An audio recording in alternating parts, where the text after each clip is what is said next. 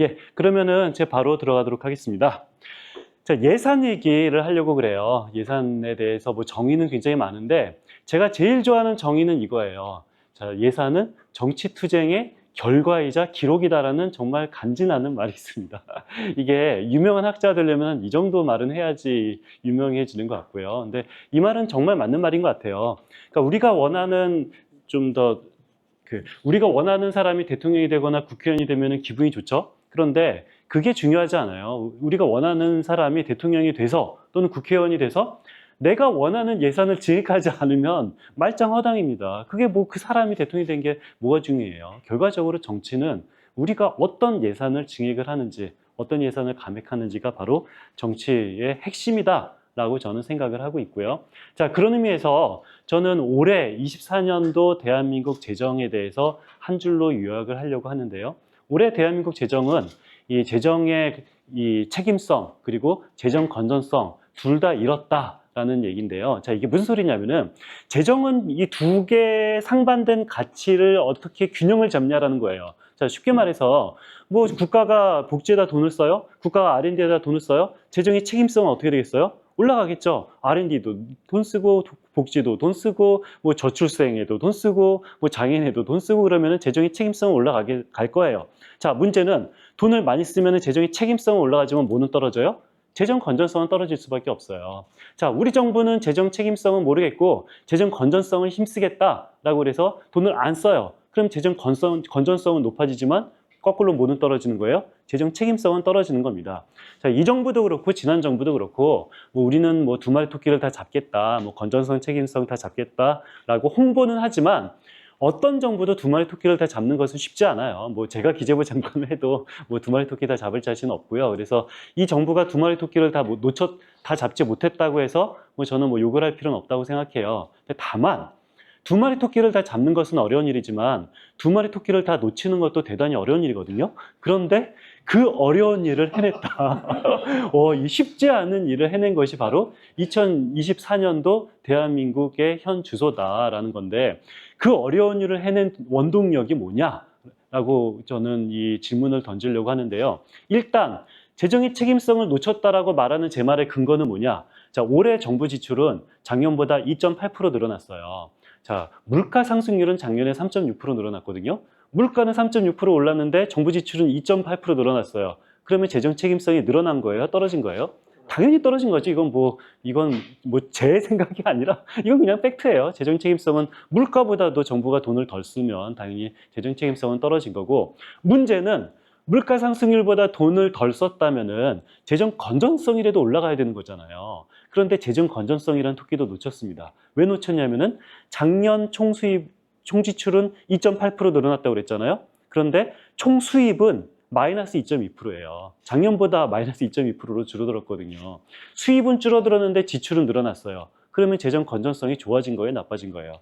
당연히 나빠진 거죠. 자, 그래서 책임성, 건전성 두 마리 토끼를 다 놓치는 이 기염을 토했는데, 자, 이 기염을 토해낸 어려운 일을 해낸 원동력은 뭡니까? 세수입이 줄어서 그래요. 세수입이 줄니까 어떻게 된 거예요? 당연히 책임성도 놓치고 건전성도 놓치는 그 세수입이 준 거가 이 만악의 근원이다라는 건데, 자, 세수입이 주는 일은 그렇게 흔한 일이 아닙니다. 뭐 IMF나 아니면은 뭐 코로나 아니면은 2008년 금융위기 그 정도 건이 아니고서는 세수가 주는 일은 거의 없는 일이거든요. 그런데 그 세수가 왜 줄었을까요?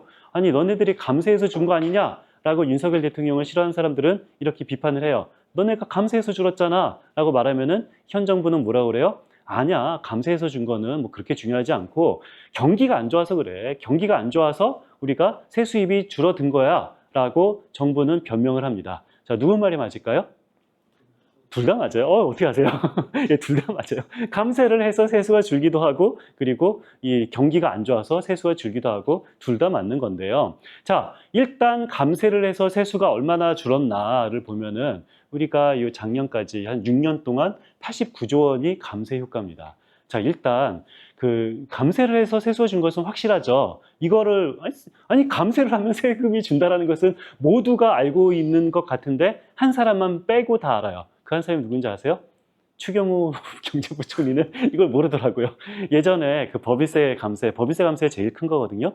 법인세 감세를 했을 때 여러 번 강조했어요. 법인세율을 내려도 세수는 줄지 않습니다. 라고 국회와 언론을 통해서 말을 했어요. 아니, 세율을 내렸는데 왜 세수가 안 줄어요? 라고 물어보면은 추경호 전 경제부총리는 세율을 내리면 기업이 투자를 많이 하고 기업이 투자를 많이 하면은 내수가 좋아지고 내수가 좋아지니까 다시 이 세수입이 많이 거쳐서 이 전혀 세수가 줄지 않는다라고 추경호 경제부총리는 여러 번 주장을 했는데, 문제는 기재부는 뭐라고 했냐면은 법인세율을 내리면 세수가 5년 동안 30조 원 이상이 준다라고 기재부의 공식 문서에 따르면 그렇습니다. 기재부 장관과 기재부 공식 문서가 서로 다른 거예요. 자, 둘 중에 하나는 틀리겠죠. 누가 틀려요? 네, 당연히 추경호 경제부총리가 틀리고요. 기재부는 맞죠. 근데 뭐 그보다 사실 조금 더 줄죠. 5년간 법인세만 내려서 30조 원, 그리고 다른 그 세금 감면까지 다 합쳐서 5년간 64조 원이었었고요. 첫 해. 그리고 나서 그 이후에 반도체 공제, 그리고 나서 여러 가지를 다 해서 한 89조 원까지 했는데, 오늘 나올 세법 개정안, 지금 4시 반인가 4시 반에 엠바고가 풀릴 거예요. 거기에 따르면은 또다시 우리가 18조 원의 세금을 감면합니다. 근데 18조 원의 세금을 예전에는 법인세에서 감면했잖아요. 지금은 18조 원의 세금을 어디서 감면하는 줄 아세요? 상속세에서만 18조 원을 감면해요. 5년 동안 상속세에서 18조 원을 감면하고, 그리고 부가가치세에서 1.7조 원을 증액하는 겁니다. 이게 오늘 발표할 이 세법 개정안인데 굉장히 놀라운 일이죠. 굉장히 놀라운 일인 거고, 자, 기재부도 뭐 이 상속세 감액하는 거에 대해서는 굉장히 반대를 했어요. 굉장히 반대를 했고, 그래서 올 초에 대통령께서 뭐 할증과세가 너무 심하다라고 했을 때도 이 기재부 장관은 아닌데 막 그랬었고, 요 한 2달 전에 그 청와대 정책실장 성태훈 정책실장이 상속세 최고 세율이 60%다 막 그런 말을 했거든요. 아니, 상속세 최고 세율이 왜 60%예요? 50%지. 청와대 정책실장이 완전히 황당한 말을 해서, 그래서 요 최근에 기재부 세제실장이 딱 제가 쓴 기사 제목이 그거였거든요. 되게 좀 센 기사를 썼었는데, 그 새빨간 거짓말, 성태훈 정책실장이 새빨간 거짓말이라는 제목이 굉장히 센 기사잖아요. 제목이 센 기사를 썼는데 갑자기 그 기재부 세제실장이 출입 기자들 모아놓고 질문하지도 않았는데 혼자 스스로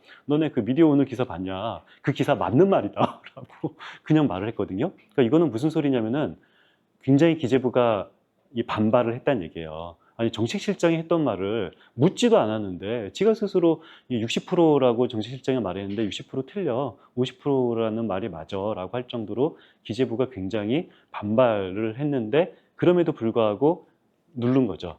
너가 반발하지 마, 까려면 까라고 누른 건데, 저는 지난 정부 같은 경우는 이게 정권을 잡아놓고서도 기재부 말에 완전히 현혹돼 가지고 기재부를 장악하지 못한 거 가지고 굉장히 비판을 많이 했는데, 현 정부는 기재부가 반대하는 것조차도 까려면 까라고 이 상속세 감면 뭐 18조 원을 감면하는 어마어마한 그런 일을 만들었고, 저는 이걸 보면은 세수가 줄어서 문제라기보다는 거버넌스 구조가 무너졌다. 그래도 공무원이, 그래도 기재부가, 관료가 절대 안 됩니다라고 말해도 까려면 까라는 것을 보면은 저는 사실 그 시스템을 믿는 사람이어서, 그래도 21세기 대한민국이 만만한 국가는 아니어서 다 체계도 있고 그래요. 그렇기 때문에 저는 누가 대통령이 돼도 이미 시스템이 운영하는 나라여서 뭐 저는 크게 우리나라를 후퇴시킬 수는 없다라고 믿었었는데 이분의 힘은 그냥 기재부가 아무리 반대해도 그냥 까르면 까라고 하는 것이 이분의 힘이구나. 그래서 역시 제가 아직까지 더 배워야겠다라는 이 반성도 하고 있습니다. 자, 그런데 제가 진짜 말하고 싶은 것은, 아니, 감면을 했을 때 감세를 하면 세수가 준다는 사실은 뭐 다 알아요. 뭐 설명할 필요도 없어요. 뭐 추경호 경제부총리 빼고는 전 국민이 아니까 설명할 필요도 없는데, 제가 말하고 싶은 것은 이겁니다. 자, 오케이. 감세를 해서 세금이 준 것까지는 다 알겠어. 문제는, 아니, 경기가 둔화돼서 세금이 줄었다라고 하는데 왜 경기가 둔화됐니? 라는 질문을 말을 하고 싶거든요. 자, 작년 우리나라 경제 성장률은 1.4%였습니다. 자, 어제 2분기 속보치가 나왔거든요. 2분기 속보치는 경제 성장률 어떻게 되는지 아세요? 마이너스예요. 아니, 이게 우리나라가 경제 성장률이 마이너스는 일은 정말 극히 이례적인 일이에요. 자, 작년에도 1.4% 굉장히 극히 이례적인 일인 거고, 자, 우리가 저성장 국가 하면 딱 떠오르는 나라 있죠. 어디죠? 일본이, 아, 이거 일본이 왜 이렇게 됐을까요? 그냥 저성장 국가 하면 일본이 딱 떠오르는데, 작년 일본 경제 성장률이 1.7%였어요. 우리나라 경제 성장률이 1.4%보다 일본 경제 성장률이 높거든요. 제가 태어난 다음부터 현재까지 우리나라 경제 성장률이 일본보다 경제 성장률보다 하회한 적이 딱 3번밖에 없어요. 제가 태어난 다음부터 여태까지. 첫 번째가 언제냐면은 1980년입니다. 1980년에 무슨 일이 있었어요? 서귀파동은 뭐 일본도 같이 서귀파동이겠죠. 80년 뭐가 있었어요? 예, 서울여보. 79년 12월 12일 날 구테타 세력이 정권을 창탈했잖아요. 그러고 나서 전두환 대통령이 취임한 게 81년도예요. 79년도에 구테타 세력이 이 정권을 잡은 다음에 80년도는 우리나라에 대통령도 없었던 나라였던 거고, 그때 광주민주항쟁도 있었고 그랬잖아요. 아니, 구테타 세력이 정권을 찬탈해서 대통령도 없었던 1980년도는 당연히 일본 경제 성장률보다 낮죠. 이건 뭐 어쩔 수 없는 거고, 두 번째 우리가 일본 경제 성장률보다 낮은 것이 98년도입니다. 뭐가 있어요? 예, IMF. 아니, IMF한테 우리의 경제 권력을 뺏겼잖아요. 우리나라는 그때 당연히 일본 경제 성장률보다 낮고, 그리고 나서 세 번째가 언제인 줄 아세요? 작년 23년도 작년이에요. 아니, 그러니까 우리나라는 일본보다 경제 성장률이 낮은 것이 정권을 잃기 전에는 한 번도 있어 본 적이 없어요. 80년도에 구테타 세력한테 정권을 잃던지, 98년도에 IMF한테 경제 권력을 잃던지, 딱 2번만 일본보다 낮았고, 그리고 작년에 일본보다 낮았어요. 작년은 우리가 정권을 뺏기지도 않았는데 왜 이런 일이 벌어졌을까요? 아니, 우리나라 경제가 안 좋았던 적은 그래도 왕왕 있어요. 일본보다 안 좋았던 적은 2번밖에 없지만, 예를 들어서 98년도 IMF 위기, 2008년도 금융위기, 2020년 코로나 위기, 2003년 카드 대란 위기, 이런 위기들은 뭐 몇 번 있었죠. 자, 우리 다 위기의 이름이 있어요. 20년도는 코로나 위기예요. 다 알다시피. 2008년도는 금융위기예요. 2023년도는 무슨 위기예요? 자, 저는 뭐라고 명명했냐면은 정부 재정 위기다라고 말을 했습니다. 23년도는 정부 재정 위기인데, 자, 왜 그러냐? 자, 이게 바로 이 우리나라 최근 20년도 이후부터 그래프거든요. 자, 이게 뭐냐면은, 자, 내수가 안 좋았다고 그랬잖아요. 작년에 내수가 안 좋은데, 내수라는 것은 뭐냐면 간단한 방정식이에요. 민간 소비 플러스 정부 지출입니다. 아니, 우리가 소비가 많으면은 내수가 좋아지는 건데, 소비 주체는 민간 아니면 정부 둘 중에 하나예요. 당연히 뭐 다른 건 없잖아요. 민간 아니면 정부죠. 그래서 민간이 소비를 많이 하면 내수가 좋아지는 거고, 정부가 지출을 많이 하면 내수가 좋아지는 겁니다. 자, 그런데 이게 노란색은 정부 지출이고 파란색은 민간 소비예요. 척 봐도 데칼코마니잖아요. 이렇게 겹치잖아요. 자, 무슨 소리예요? 민간이 이렇게 이 경기가 안 좋아서 침체됐을 때는 어떻게 되는 겁니까? 정부가 지출을 올리고, 민간 경기가 살아나면 어떻게 되는 거예요? 다시 정부가 지출을 이제는 내려서 경기 변동을 조절을 하는 게 대한민국 기재부의 역할이에요. 아니, 기재부 바보 아니에요. 제가 기재부랑 싸운다고 해서 기재부가 바보에서 싸우는 게 아니라 기재부 굉장히 똑똑한 유능한 집단이에요. 당연히, 아니, 기재부가 유능한 집단일 뿐만 아니라, 아니, 이거는 뭐 재정학 교과서 1페이지에 나오는 거예요. 내수가 안 좋을 땐 당연히 정부가 이 경기를 부양해야죠. 계속 그래왔죠. 데칼코마니처럼. 그러다가 예외가 있습니다. 언제요? 작년. 자, 23년도 민간이 소비가 줄어들었어요. 그럼 정부가 어떻게 해야 되는 거예요? 올렸어야 되는 건데, 오히려 노란색 정부가 어떻게 됐어요? 민간보다 더 밑에서 내려와 라고 민간보다도 정부 지출이 이렇게 내려오는 거가, 과거의 기재부는 안 그랬어요. 기재부는 안 그랬습니다. 작년에 굉장히 이례적으로 정부가 지출을 막 확 내려서 민간 소비를 밑으로 끌어당겼다. 저는 이게 바로 작년 경제 위기가 바로 정부 재정 위기다 라고 말을 하는 거고요. 아니, 갑자기 작년에는 왜 그랬을까? 여태까지 기재부 안 그랬다가 작년에는 왜 그랬을까? 라고 해보면은, 아니, 기재부가 달라진 건 아니죠. 누가 달라졌어요? 자, 작년에 기재부 장관, 경제부총리한테 추경을 하지 말아라고 말한 사람이 있죠. 추경호야, 추경하지 마. 추경호야, 올해는 추경이 없어. 추경을 하면 안 된다. 라고 계속 위에서 말한 사람이 있죠. 자, 그때 추경호는 선택할 수 있는 길이 2가지입니다. 첫 번째는 대통령 말을 듣고 내수를 엉망으로 만드는 방법이 첫 번째 길이고, 두 번째는 대통령 말을 안 듣고 추경호니까 추경을 하는 방법. 이 두 번째 길이 있었죠. 추경호는 몇 번을 선택한 거예요? 1번을 선택하고 지금 뭐 하고 있어요? 여당 원내대표를 하고 있습니다. 아, 인생은 이렇게 살아야 되는 거구나. 자, 지금 원내대표하고 있잖아요. 그러니까 이게 당연히 여태까지 선배 기재부들이 했던 일들을 그냥 무시하고 대통령 말을 들었던 것이 이게 바로 작년 이 경제 이 정부 재정 위기가 온 근원이다라는 거고, 그래서 저는 이렇게 해석을 하는 거예요. 정부가 지출을 하지 않으니까 내수가 어떻게 돼요? 내수가 나빠지죠. 내수가 나빠지니까 어떻게 돼요? 세수입이 줄어들죠. 세수입이 줄어드니까 어떻게 해요? 정부가 지출을 더 안 하죠. 정부가 지출을 더 안 하니까 어떻게 해요? 내수가 또 나빠지죠. 자, 악순환 고리에 빠졌다는 거예요. 악순환 고리. 그래서 이 악순환 고리를 어떻게든지 뭔가 깨야 되는데, 그런데 계속 이 악순환 고리에서 지금 벗어나지 못하고 지금 2분기 경제 성장률이 마이너스로 이게 되고 있다라고 굉장히 안타까운 일이 벌어지고 있다라는 거고요. 자, 오케이. 자, 이 정량적으로 평가를 했으니까 이제 정성적으로 평가를 해야겠죠. 자, 저한테 여러분이 24년도 대한민국은 뭐냐라고 물어보신다면 저는 딱 한 줄로 표현을 해요. 657조 원을 쓰는 정치 집단입니다 라고 저는 표현을 합니다. 뭐 정치학자가 제 말을 들으면 엄청 무시하겠죠. 아니, 정치를 그렇게 해석하는 이 무식한 놈아라고 할 텐데, 뭐 저는 뭐 정치학자는 당연히 아니고, 뭐 근데 제 눈은 그렇게 보여요. 그러니까 누가 대통령이 되고 누가 국회의원이 되냐에 따라서 대한민국이 달라지잖아요. 어떻게 달라지냐면은 657조 원을 어디다 쓰는지가 달라지는 거예요. 결국 정치의 본질은, 저는 이 정치라는 것은 이 자원의 권위적 분배라고 말을 하잖아요. 그렇다면은 정치의 본질은 당연히 이 국가 이 예산을 어디다가 쓰냐가 바로 저는 국회의원과 대통령의 핵심이다라고 생각을 하고, 23년도 대한민국이 무엇이냐? 657조 원을 쓰는 정치 집단이다라고 말하면은 올해 대한민국의 본질은 어떻게 알 수가 있어요? 657조 원을 어디다 쓰냐에 따라서 대한민국 본질이 나오는 겁니다. 뭐 윤석열이 뭐 기분이 나빠, 뭐 이재명이 생긴 게 마음에 안 들어, 이게 중요한 게 아니라 도대체 돈을 어디다 쓰는지가 저는 핵심이라고 생각하고요. 자, 그래서 이게 100만 원, 이게 10억 원 단위거든요. 10억 원 단위는 그냥 콤마 앞을 조원이라고 읽으면 돼요. 작년 대한민국은 뭐예요? 639조 원을 쓰는 정치 집단에서 올해 대한민국은 657조 원을 쓰는 정치 집단으로 변했어요. 자, 그렇다면 우리가 궁금한 거는, 오케이, 작년보다 더 늘어난 돈을 어디다 쓰고 있느냐가 궁금한 거잖아요. 자, 정부 안으로 봤을 때 가장 많이 증감률 가장 높은 데가 어디입니까? 예, 통일외교입니다. 통일외교가 무려 19%나 늘어났는데, 통일 예산 늘렸을까요?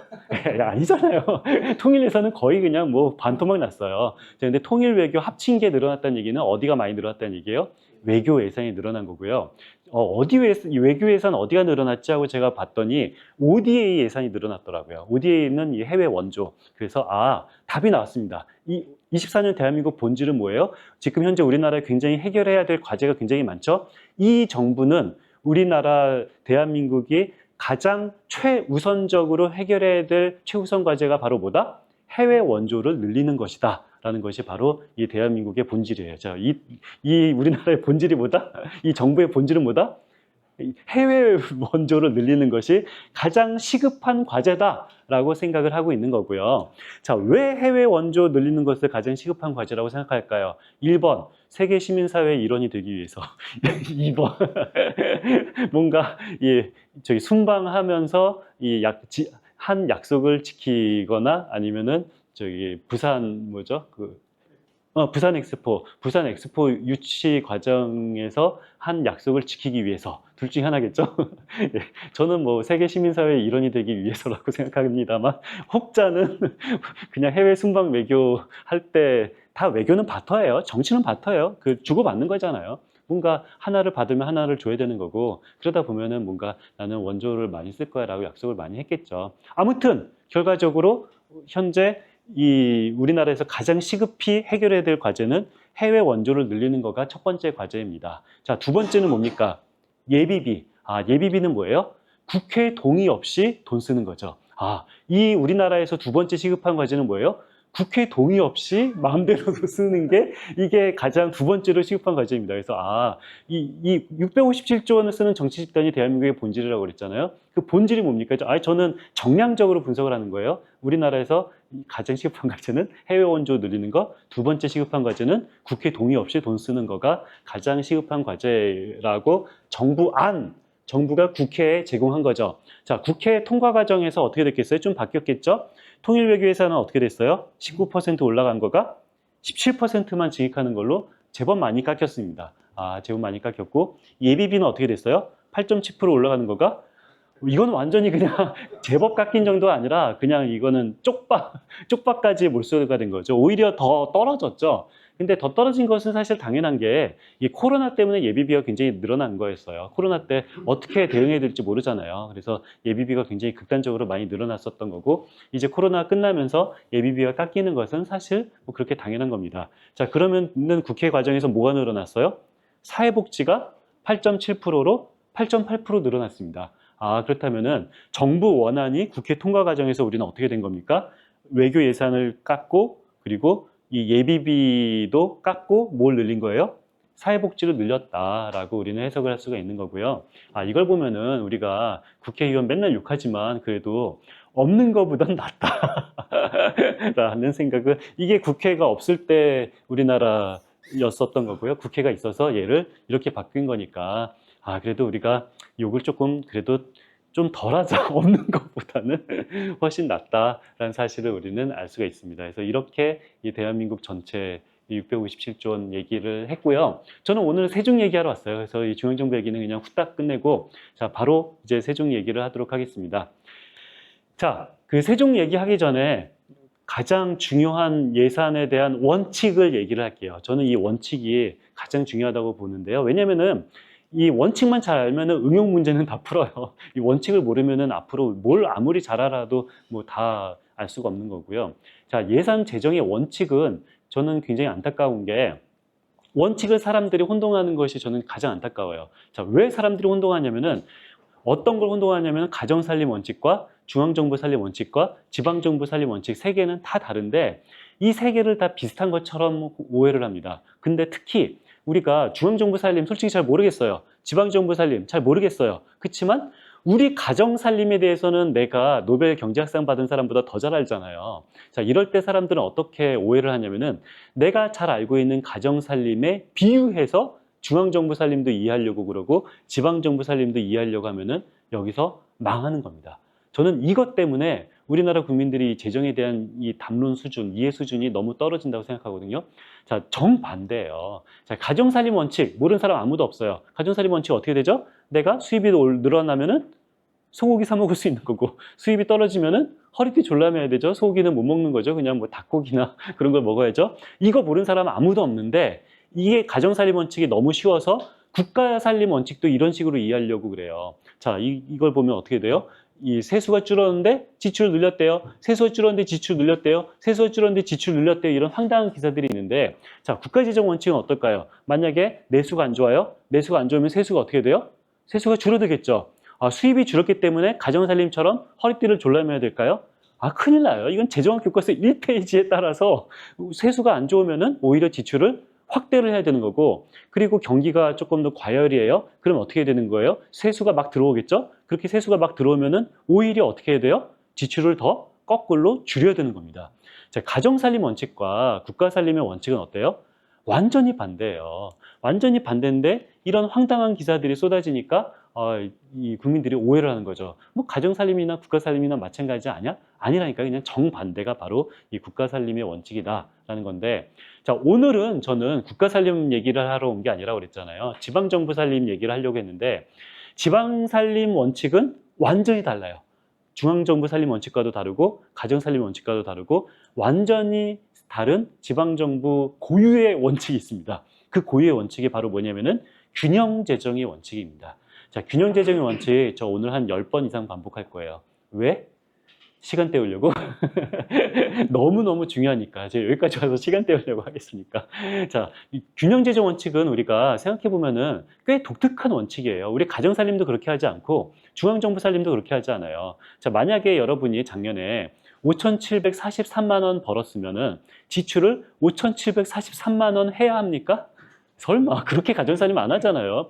아니 뭐 저축 그래도 뭐 500만 원 정도는 하고 1,000만 원 저축하면은 뿌듯하죠. 저랑 제 친구랑 똑같이 5,800만 원 월급은 똑같은데 저는 작년에 10만 원 저축했고 제 친구는 작년에 뭐 800만 원 저축했다. 누가 더 부러워요? 당연히 제 친구가 더 부럽잖아요. 자, 가정살림이라면 저축 많이 하면 좋은 거예요. 그거는 뿌듯하고 빚 안 지면 좋은 거예요. 그건 가정살림인 거고. 자, 국가살림의 원칙은 아까 뭐라고 그랬습니까? 거꾸로라고 그랬잖아요. 거꾸로라는 얘기는 수입이 줄었을 때 지출을 많이 해야 된다는 얘기잖아요. 무슨 돈으로? 빚져서 하는 거예요. 국채 발행해서 하는 거예요. 자, 그렇다면은 균형이 아닌 거잖아요. 적자재정인 거잖아요. 수입이 많이 들어올 때는 지출을 조금만 하라고 그랬잖아요. 그럼 어떻게 해야 되는 거예요?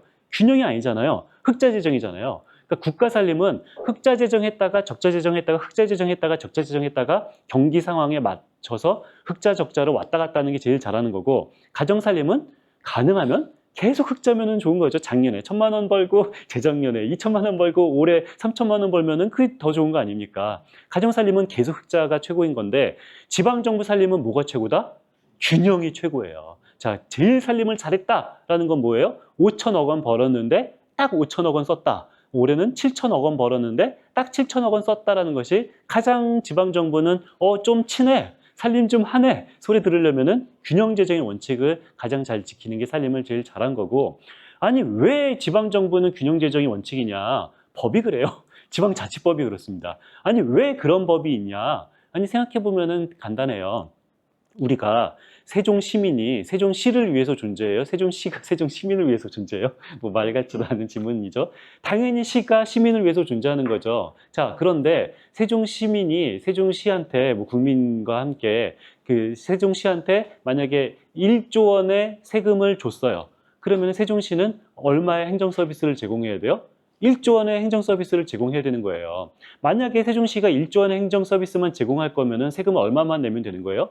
1조 원만 내면 되는 거예요. 못하러 1.2조 원을 냅니까? 2천억 원을 왜 내요? 그래서 우리가 딱 받을 행정 서비스에 맞춰서 돈을 주는 거고, 거꾸로 말하면은 우리가 준 세금에 맞춰서 행정 서비스를 제공해야 되는 것이 바로 지방정부 살림의 원칙이다라는 사실을 알 수가 있는 거고요. 저는 이 균형재정의 원칙을 제대로 이해하려면은 추경을 한번 생각해 보시면 더 좋다고 봅니다. 자, 중앙정부는 추경을 언제 해요? 왜 해요? 코로나가 터지면 하는 거예요. 강원도 산불이 터지면 하는 거예요.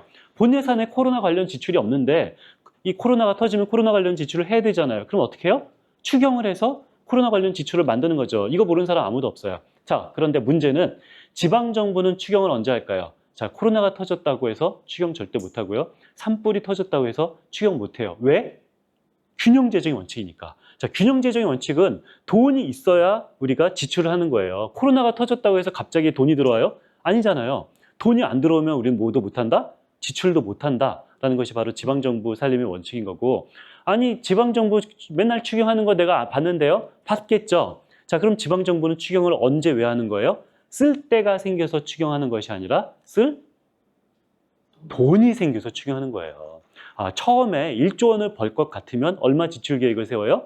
1조 원의 지출 계획을 세웠는데 살림을 하다 보니까 1.2조 원을 벌 것 같아요. 그럼 어떻게 되는 거예요? 0.2조 원은 억지로 지출처를 만들어서 추경을 해야 되는 겁니다. 쓸 데가 생겨서 추경하는 것이 아니라 쓸 돈을 생겼다는 이유로 균형재정 원칙 때문에 억지로 하는 게 바로 지방정부 추경이니까 중앙정부 추경이랑 완전히 달라요. 이거는 그냥 이름만 라인만 비슷하지 그냥 이 의미는 완전히 다르다라는 사실. 우리는 이 추경을 잘 이해하면은 우리가 지방정부 살림 원칙을 잘 이해할 수 있다라는 거고요. 자, 오케이. 자, 그런 의미에서 우리가 한번 이거를 볼까요? 자, 이것은 인구입니다. 최근 10년 동안 우리나라 인구는 어떻게 됐어요? 하나도 변하지 않았어요. 그대로입니다. 이게 5,100만 명에서 5,200만 명으로 늘어났다가 다시 5,100만 명으로 돼서 제가 이 반올림에서 그냥 5,100만 명이면 되는 거고요. 인구는 하나도 늘지 않았는데, 자, 그동안에 서울 인구는 줄고 경기 인구는 늘었어요. 10년 동안 7% 줄고 경기는 11% 늘었는데 세종은 10년 동안 어디 갔어? 10년 동안 무려 196% 늘었죠. 예, 뭐 당연히 뭐 세종이 뭐 압도적으로 늘었겠죠. 뭐 짐작하는 것처럼. 예, 뭐 200% 늘었으니까 인구가 13만 명에서 38만 명으로 굉장히 뭐 어마어마하게 늘었다라는 사실은 당연한 거고요. 자, 예산은 우리는 인구는 어떻습니까? 전국 같은 경우는 이 광역 기준으로 인구는 그대로지만 예산은 거의 2배 늘었죠. 100%. 거의 100% 늘었는데 세종은 예산이 얼마 늘었어요? 세종은 예산은 한 150% 늘었습니다. 예, 뭐 예산만 보면은 많이 늘긴 늘었죠. 예산만 보면 많이 늘긴 늘었는데 뭐 인구가 굉장히 많이 늘었으니까. 아무튼 예산도 세종은 150%니까 7,600억 정도여서 지금은 얼마가 됐어요? 거의 2조 원. 2조 원 조금 넘었다가 올해는 다시 조금 떨어졌네요. 아무튼 작년만 하더라도 2조 원. 이 콤마 앞을 조원이라고 읽으면 돼요. 그래서 세종시는 7천억 원 쓰다가 그리고 지금 한 2조 원 정도 예산을 쓰고 있다. 그리고 올해는 조금 다시 떨어졌다. 안타깝게도 떨어졌다라는 사실을 우리는 알 수가 있고요. 자, 그래서 올해 세종시 그 예산이 얼마라고요? 세종시 예산은 작년에는 2조 원이었다가 올해는 1.9조 원이에요. 자, 세종시가 1.9조 원 예산이 1.9조 원이다. 자, 이 말을 우리는 정확하게 이해해야 되는데 어떻게 이해해야 되냐면은 세종시는 1.9조 원을 벌 것 같으니까 1.9조 원의 지출 계획을 세웠다라고 이해를 해야 되는 겁니다. 세종시가 만약에 이 1.9조 원이 아니라 한 5조 원 정도 쓰면 어떤 일이 벌어질 것 같아요? 세종시는 아마 전 세계에서 제일 살기 좋은 곳이 될 거예요. 아니, 세종시에 요 조그만 데서 5조 원을 써봐요. 이건 뭐 정말 젖과 꿀이 넘치는 도시가 될 텐데, 왜 세종시는 5조 원을 못 써요? 하나만 하는 소리죠. 왜 여러분 연봉이 5억이 아니에요? 라는 말과 똑같은 거죠.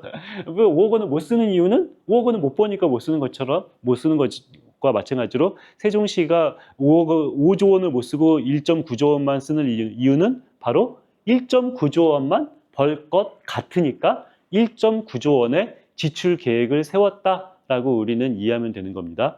자, 그래서 이 1.9조 원을 도대체 어떻게 버냐를 보면은 지방세를 통해서 버는 돈이 한 8,500억 원이고 세외 수입을 통해서 버는 돈이 한 1,700억 원 정도 돼요. 자, 이거 숫자 읽는 법부터 알려드릴게요. 이 콤마 앞을 조원이라고 읽으면 됩니다. 그러니까 얘는 1.9조 원이에요. 자, 그런데 얘는 이게 0 콤마잖아요. 0 콤마니까 0.8조 원이잖아요. 0.8조 원이니까 당연히 그냥 8천억 원이라고 읽으시면 되는 거고요. 자, 세종시는 1.9조 원을 벌 것 같으니까 1.9조 원의 지출 계획을 세웠는데 1.9조 원을 어떻게 버나? 한 8,500억 원은 지방세로 벌고 한 1,800억 원 정도는 세외 수입으로 벌어요. 자, 지방세와 세외 수입을 제가 따로 언급한 이유는 이게 자체 재원이기 때문에 그렇습니다.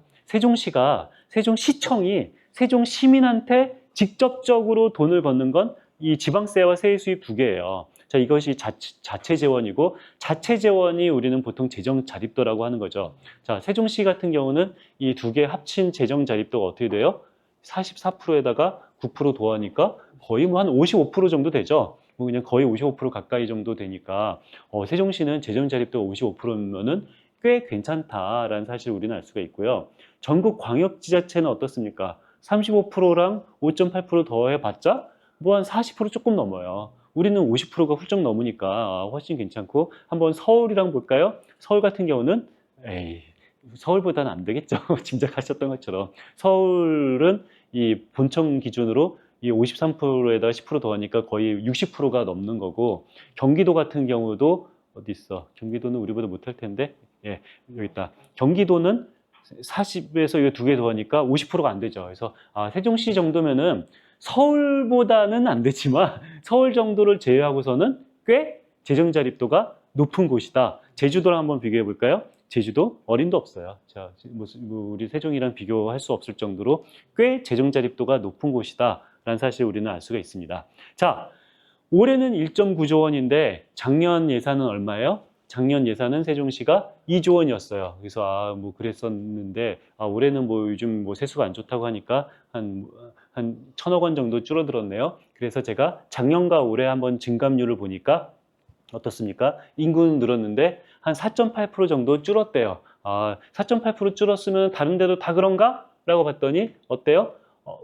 다 그렇진 않아요. 보통 한 2% 정도 뭐 물가 상승률보다는 낮지만 그래도 조금은 늘어났는데 유독 세종만 이렇게 마이너스 4.8%니까 세종만 올해 굉장히 많이 줄었네. 다른 데는 그래도 조금은 늘었는데 올해 굉장히 세종만 많이 줄었구나 라는 사실을 알 수가 있고요. 도대체 왜 세종은 왜 세수가 줄었을까? 어디서 세수가 줄은 거예요? 보통 세외 수입에서 세수가 조금 많이 줄었다라는 사실을 알 수가 있네요. 다른 데는 그렇게 준 게 없는데 세외 수입, 지방세 수입도 조금 줄고 세외 수입이 조금 많이 줄어서 이렇게 됐다라는 사실을 우리는 알 수가 있습니다. 자, 이렇게 해서 세입은 끝냈어요. 세입은 끝내고 이제 뭐 할 차례입니까? 세출할 차례죠. 자, 세출. 우리 올해 세입 예산이 얼마였어요? 1.9조 원이었죠? 세출 예산 얼마예요? 1.9조 원입니다. 왜 그래요? 이제 지겹죠? 당연히 균형재정 원칙에 따라서 당연히 1.9조를 쓰는데 우리가 궁금한 것은 1.9조를 어디다 쓰느냐가 궁금해요. 자, 1.9조를 어디다 쓰냐를 보면은 요 일반 공공행정에 1,400억을 쓴대요. 아, 행정에 1,400억 쓴다니까 어떤 생각이 드세요? 뭐 아무 생각이 안 드시죠? 1,400 쓰는 게 많이 쓰는 건지 2,000억 쓰는 게 많이 쓰는 건지 어떻게 합니까? 자, 제가 감 잡아 드릴게요. 자, 전체 1.9조 원 중에서 1,400억을 행정에 쓴다는 얘기는 전체 지출 대비 행정이 몇 퍼센트를 쓴다는 얘기예요? 7.7% 쓴다는 얘기예요. 자, 다른 지자체는 행정에 얼마를 써요? 뭐 9%, 6%, 9%. 그래서 이 광역계 같은 경우는 12%, 5%, 뭐 한 합치면은 한 8% 정도 쓰니까 행정에 우리 대한민국 평균은 8.6% 쓰고 우리 제주도는 한 10% 쓰는데 세종은 7% 쓴다니까 행정은 다른 데보다는 어때요? 좀 덜 쓴다라는 얘기인 거고요. 여기 행정은 인건비가 아닙니다. 인건비는 다 바깥에 빠져 있어요. 그래서 말 그대로 행정이에요. 그래서 뭐 이런 것도 뭐 이런 거 뭐 좀 비싼 거를 사는지 뭐 3M 같은 비싼 걸 사는지 로지텍처럼 조금 싼 걸 사는지 보면은 역시 로지텍처럼 싼 거를 산다. 그게 바로 뭐예요? 행정 예산이 좀 행정에 돈을 덜 쓴다라는 얘기인 거고요. 아, 세종은 다른 데보다 행정에 돈을 조금 덜 써요. 자, 그 대신 안전 예산은 어때요? 다른 데보다 조금 많이 쓰죠. 아, 세종시는 행정에는 돈을 덜 쓰는 대신에 안전에는 다른 데 비해서 좀 많이 쓰고요. 뭐 제주도나 전국 평균에 비해서 더 많이 쓰고요. 그리고 이 교육 예산 같은 경우 어때요? 교육 예산 굉장히 많이 쓰죠. 4.9%. 그래서 아, 이 교육 예산을 많이 쓰는 이유는 뭐 당연히 짐작하실 거예요. 뭐 교육 지금 여기가 출생률이 굉장히 좋잖아요. 그래서 이 교육에 쓸 수밖에 없고요. 문화관광 같은 경우는 다른 데보다 조금 덜 쓰는 듯 뭐 비슷한 만큼 쓰고 환경보호는 그냥 상하수도 쓰레기 예산이니까 그냥 넘어가시고 사회복지는 27% 씁니다. 자, 사회복지는 27% 쓰는데 다른 데 비해서 어때요? 전국 평균 다른 데 비해서 굉장히 아주 조금만 쓰죠. 자, 사회복지는 세종이 조금 쓴다라는 것이 어떤 의미일 것 같아요? 1번, 세종시장과 세종시민들은 사회복지에 돈 쓰는 것을 너무 아까워한다. 2번, 그냥 하다 보니까 이렇게 됐다. 답은 몇 번일 것 같아요? 맞아요. 그냥 하다 보니까 이거고요. 아까 요 말이 맞고요. 우리 사회복지의 가장 큰 거는 기초연금이에요. 기초연금. 기초연금은 이렇게 노인 비중이 많은 데가 기초연금 비중이 많고 특히 기초연금은 모든 어르신에게 다 드리는 게 아니라 그 상위 30%는 빼고 드려요. 하위 70%만 있어서 예를 들어서 뭐 강남구 뭐 이런 데 사시는 어르신들은 웬만하면 다 상위 30%잖아요. 그런 데는 뭐 복지 지출액이 굉장히 적고 그리고 기초연금이랑 기초생활보장제도가 제일 복지 지출이 크거든요. 자, 이건 뭔 소리냐면은 여러분이 세종시장이 된다 하더라도 별로 달라질 게 없어요. 그냥 법대로 지출하는 거예요. 그래서 이분이 기초연금 대상자면은 지급을 하는 거고 아니면 지급 안 하는 거고 기초생활보장 대상자면 지급하는 거고 아니면 지급 안 하는 거예요. 그래서 거의 사회복지는 법적 의무 지출이니까 그냥 법적 의무 지출을 다 하고 나서 그리고 나서 여윳돈이 좀 있으면 어떻게 되는 겁니까? 사회복지 지출 비율이 낮아지는 거고 법적 의무 지출을 다 하고 났는데 남는 돈이 거의 없어. 그럼 결과적으로 어떻게 되는 거예요? 사회복지 지출이 늘어나는 겁니다. 자, 세종시 같은 경우는 사회복지 지출 비율이 어때요? 꽤 낮은 편이죠. 제일 낮나요? 오, 제일 낮네요. 예, 상당히, 제일은 아니네요. 여기 제주도보다 못하네. 자, 굉장히 낮은 편이죠. 이 말은 뭔 소리예요? 법적 의무 지출인 사회복지 지출을 하고 나도 그래도 남는 돈이 제법 있다라는 얘기인 거지. 뭐 사회복지를 그렇게 싫어한다는 얘기는 아닙니다. 자, 보건도 그런 식으로 보시면 되는 거고요. 뭐 농림해양수산 같은 경우 뭐 세종은 별로 없을 테고 그냥 이런 식으로 보시면 되고 예, 이런 식으로 그냥 표 있는 법만 알려드리고 넘어갈게요. 자, 여기까지가 그냥 기초과정입니다. 여기까지는 그냥 지루한 기초과정을 제가 그래도 이 정도는 알아야 된다라고 해서 한 거고 지금부터는 제가 정말 말하고 싶은 이제부터는 재밌어지는 제가 말하고 싶은 부분이 이 부분인 거고요. 자, 여태까지 우리 뭘 봤어요? 우리 올해 예산을 봤죠. 올해 예산을 봤는데 이제 이 실전 과정은 제가 뭘 가지고 왔어요? 결산을 가져왔습니다. 자, 예산은 그냥 기초과정인 거고 실전은 결산입니다. 자, 왜? 세종시 재정현실은 예산을 보는 것은 별로 의미가 없고 결산을 봐야지 진짜를 알 수가 있어요. 자, 이것은 좀 안타까운 일이에요. 우리는 예산서를 왜 써요? 세종시 재정현실에 대해서 합리적으로 예상하고 예측하기 위해서 예산서를 작성을 하는 거잖아요. 그렇기 때문에 우리는 예산서를 쓰는 이유는 예산서만 봐도 세종시 재정 현실을 제대로 파악할 수가 있어야지 정상이에요. 원칙적으로. 그런데 안타깝게도 예산서는 별로 중요하지 않아요. 그래서 제가 그냥 기초과정이다라고 말을 한 거고, 이제 실전 과정은 뭘 봐야 된다? 결산서를 봐야 되는 거는 뭔가 안타까운 일이에요. 예산서가 세종시 재정 현실을 반영하지 못한다라는 것. 자, 21년도 결산서, 21년도 얼마 벌었어요? 2.5조를 벌었어요. 아니, 작년 2조 원을 벌 걸로 예상하고 올해는 얼마 벌 걸로 예상한다고요? 1.9조 원을 벌 걸로 예상한다고 그랬잖아요. 그런데 21년도에 이미 얼마를 벌었어요? 2.5조 원, 반올림해서 2.5조 원을 벌었고요.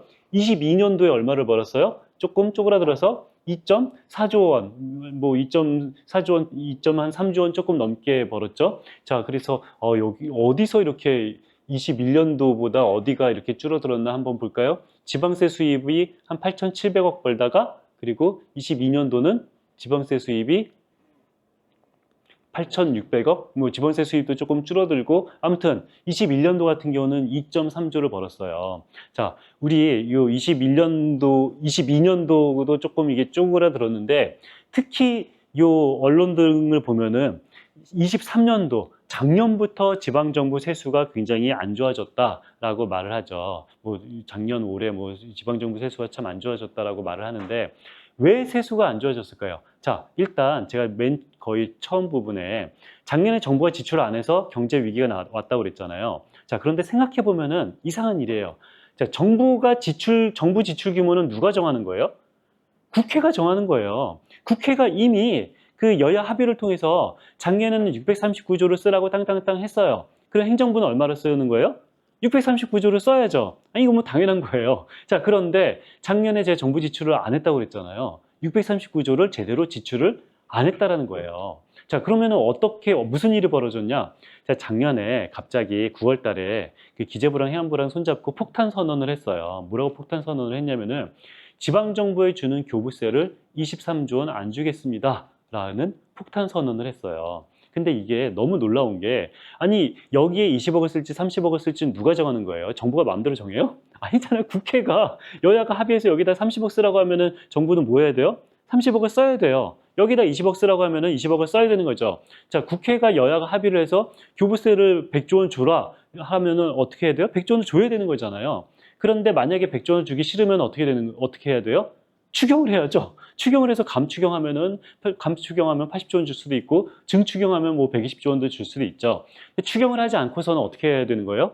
정부는 선택할 권한이 당연히 없어요. 그냥 본 예산대로 이렇게 돈을 줘야 되는 건데, 자, 9월 달에 폭탄 선언을 했다니까요. 우리 세수가 안 좋으니까 그냥 지방정부에 줄 교부세를 23조 원 안 줄 거야 라고 행안부 장관과 기재부 장관이 손잡고 말을 해서, 저는 너무 놀라서 바로 이 행안부 교부세 담당 사무관한테 전화를 했어요. 아니, 내가 뉴스를 봤는데 그 지자체한테 교부세 안 준다라고 말을 했는데 지자체한테 안 준다라고 통보를 했니? 라고 물어봤어요. 그랬더니 행안부 교부세 담당자가 통보했어요. 아니, 뭐 그렇게 발표했으니까 통보했어요 그러더라고요. 아, 통보했어.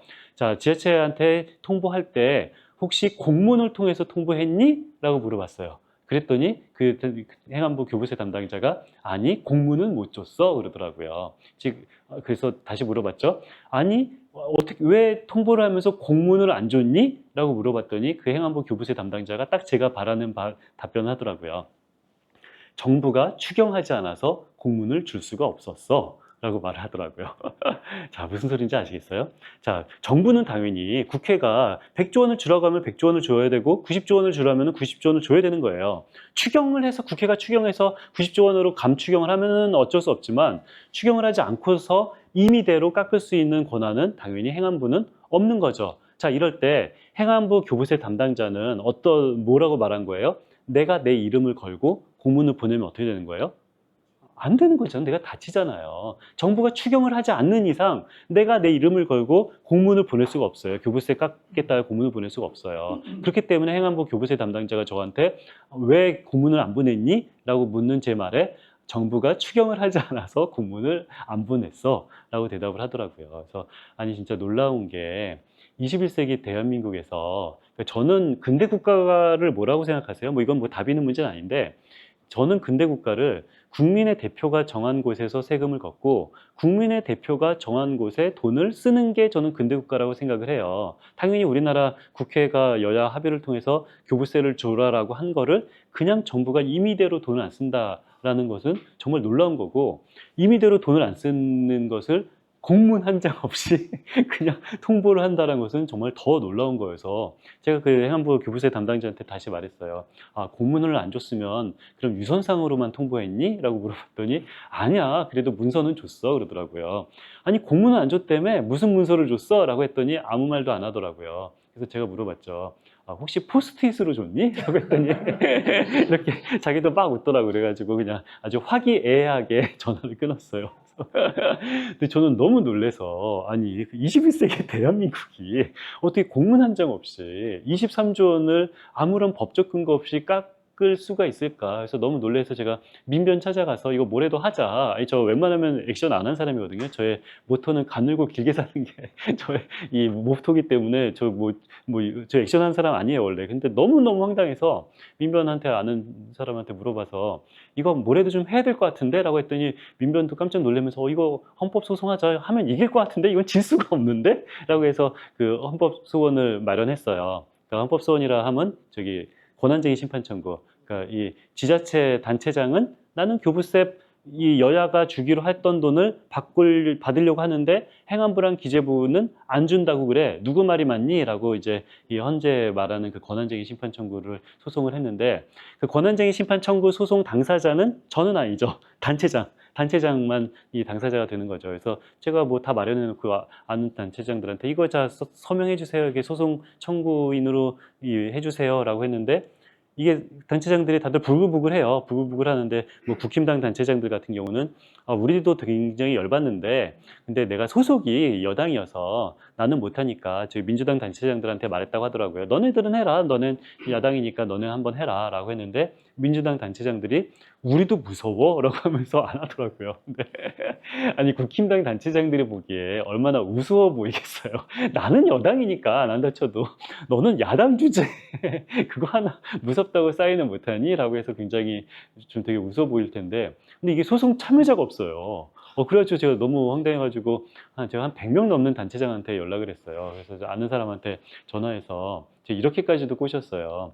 아니 그 너네 당 대표 옛날에는 당신이나 너네 당 대표나 둘 다 듣보잡이었다. 기초단체장 듣보 기초단체장이었다.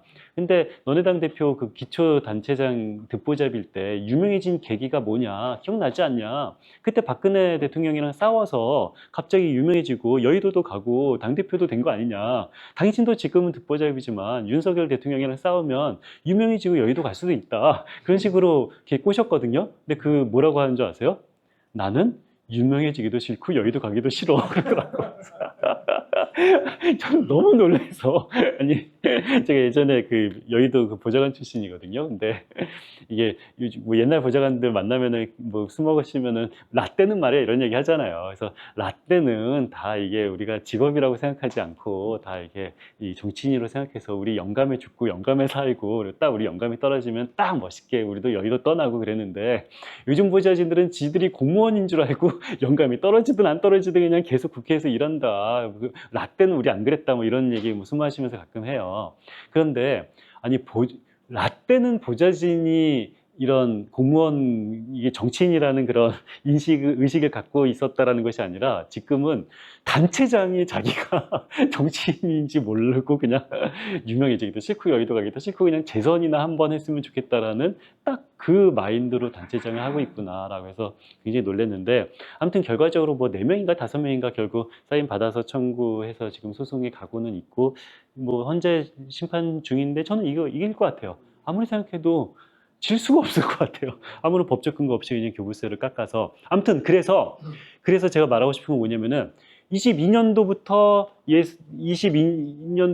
세종은 조금 금액이 줄었는데 23년도는 얼마나 줄었을까? 23년도 결산을 쫙 보면은 아까 얼마였어요? 다시 늘었습니다. 21년도에 2.5조 원이었죠. 그리고 21년도에 2.5조 원이었다가 22년도에 2.4조 원, 반올림에서 2.4조 원으로 조금 줄었다가 다시 23년보다 2.4조 원으로 늘었어요. 자, 작년에 막 교부세도 안 주고 막 그런 상황에서 나중내 그래. 지금 지자체 다 갈 때마다 뭐 좀 하자라고 그러면은 아니 뉴스도 안 보세요. 요즘에 돈 없잖아요. 라고 막 다들 그래요. 자, 그럼에도 불구하고 그래도 세종시는 최소한 작년에는 줄지 않았다. 그래서 2.5조 원, 2.4조 원, 그리고 또 2.4조 원 정도는 유지하고 있다라는 거잖아요. 자, 그런데 이상하잖아요. 자, 우리 23년도 예산은 얼마라고 그랬어요? 2조 원이라고 그랬잖아요. 자, 우리 2조 원이라는 얘기는 뭔 소리예요? 2조 원을 벌 것 같으니까 지출 계획을 얼마만 세웠어요? 2조 원의 지출 계획만 세웠죠. 그런데 실제로는 얼마 벌었어요? 2.4조 원을 벌었죠. 그러면 얼마가 차이가 난 거예요? 무려 4,100억 정도 차이가 난 거예요. 자, 우리 세종시는 5조 원 쓰면 더 좋고 10조 원 쓰면 더 좋고 뭐 2조 원보다 4조 원 쓰면 더 좋은 거잖아요. 근데 왜 4조 원을 못 써요? 돈이 4조 원을 못 벌 것 같으니까 4조 원을 못 쓴 거잖아요. 자, 처음에 뭐 얼마를 예상한 거예요? 2조 원만 벌 것 같아서 지출 계획을 얼마만 편성한 거예요? 2조 원만 지출 계획을 편성했는데 실제로는 얼마 벌었다고요? 2.4조 원, 4천억 원을 실제 예상보다 더 들어왔어요. 그럼 이 4천억 원은 어떻게 하겠어요? 추경하는 거죠. 제가 아까 뭐라 그랬어요? 지방정부는 추경을 언제 한다고 그랬어요? 돈이 생겨서 추경하는 거지 쓸 데가 생겨서 추경하는 것이 아니에요. 왜? 균형재정 원칙이니까. 균형재정 원칙을 지키기 위해서 처음에 2조 원을 벌 것 같아서 2조 원만 지출계획 세웠다가 2.4조 원을 벌 것 같으면은 그럼 2.4조 원, 추가로 0.4조 원을 추경을 통해서 더 써야 되는 거죠. 자, 그래서 우리가 본 예산을 굉장히 과소추계한다는 얘기예요. 본 예산을 굉장히 과소추계해서. 근데 저는 뭐 약간 과소추계하는 것은 이해돼요. 2조 원 벌 걸로 지출계획 삼았다가 실제로 1.9조 원 벌면 어떻게 해요? 그건 큰일 났잖아요. 지출계획을 감추경해야 되잖아요. 감추경하는 거는 너무 쉽지 않으니까 약간 추경하는 것은 당연히 바람직하죠. 뭐 1, 2천억 정도 추경하는 것은 저는 당연히 바람직한 거라고 생각하는데 근데 좀 많다. 좀 많다라는 얘기예요. 자, 4천억 원이면은 오차율이 몇 %예요? 20%예요. 20%는 좀 많아요. 아니 뭐 예를 들어서 경기도 같은 경우는 4%, 이 대전 본청 같은 경우 9%뭐 그래요. 그러니까 기초지자체는 뭐 이거는 뭐 빼고 이 광역 같은 경우는 뭐 10%, 9%, 4% 이러는데 세종 같은 경우는 무려 오차가 20%나 되는 것은 지나치게 과소추계를 한다라는 거예요. 자, 여러분이 시장이라고 하더라도 세종시장이면은 당연히 뭐 공약 같은 거 있겠죠? 자, 우리 공약을 보고 이 내년도 예산에 이 반영시키려면은 그 예산과장 부르겠죠? 자, 이게 내 공약인데 내년도 예산에 좀 반영했으면 좋겠어. 그러면은 이 예산팀은 뭐라고 그래요? 시장님한테? 안타깝습니다. 우리가 돈이 없습니다 하면서 뭘 보여줘요? 2조 원짜리 예산서를 보여주겠죠. 자, 세종시가 진짜로 2조 원밖에 수입이 아니면은요.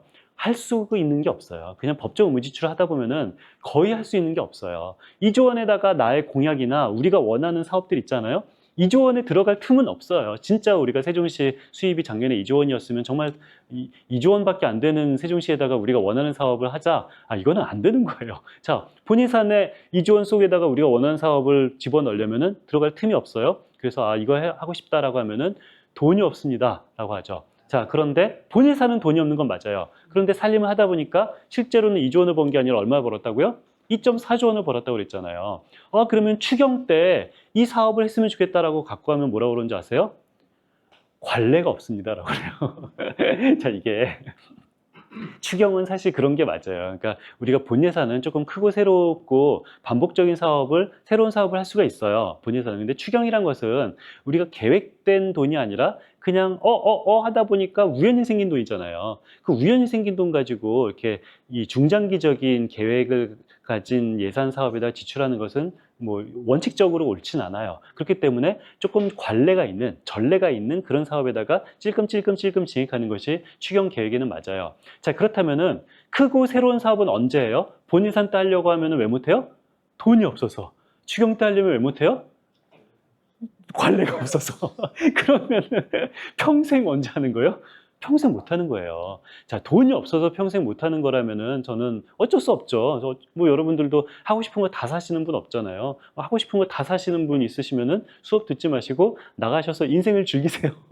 아니, 그런 사람 없을 거예요. 왜? 돈이 부족하니까 뭐 적당히 하고 싶은 거 하고 적당히 하고 싶은 거 못 하고 사는 건데, 문제는 세종시가 돈이 없어서 하고 싶은 거 못 한다라면은 할 수 없어요. 그런데 돈이 없어서가 아니라 뭔가 예산을 계획을, 본 예산 계획을 좀 그지같이 세워서 새로운 사업을 못 하는 거예요. 처음에 만약에 작년에 2조 원을 예상하지 않고 한 2.2조 원 정도 예상했으면 한 2천억 원 정도를 재작년보다 추가로 본 예산에 잡았다면은, 세종시에서 한 2천억 원 정도를 추가로 쓴다면은 여러분이 원하시는 사업 웬만하면 다 할 수 있을걸요? 여러분 중에서 허경영 같은 분만 없으면은요, 여러분 소원서를 제가 다 받아도 2천억 원이면 아마 충분할걸요? 여러분 스케일이 얼마나 큰지는 모르겠습니다만, 뭐, 한 2천억 원이면 굉장히 큰 돈이에요. 자, 그런데 우리가 이게 본 예산을 못 세운 것은 뭔가 너무 지나치게 본 예산을 과소추계한 것이 세종시는 굉장히 크다. 이 과소추계를 크게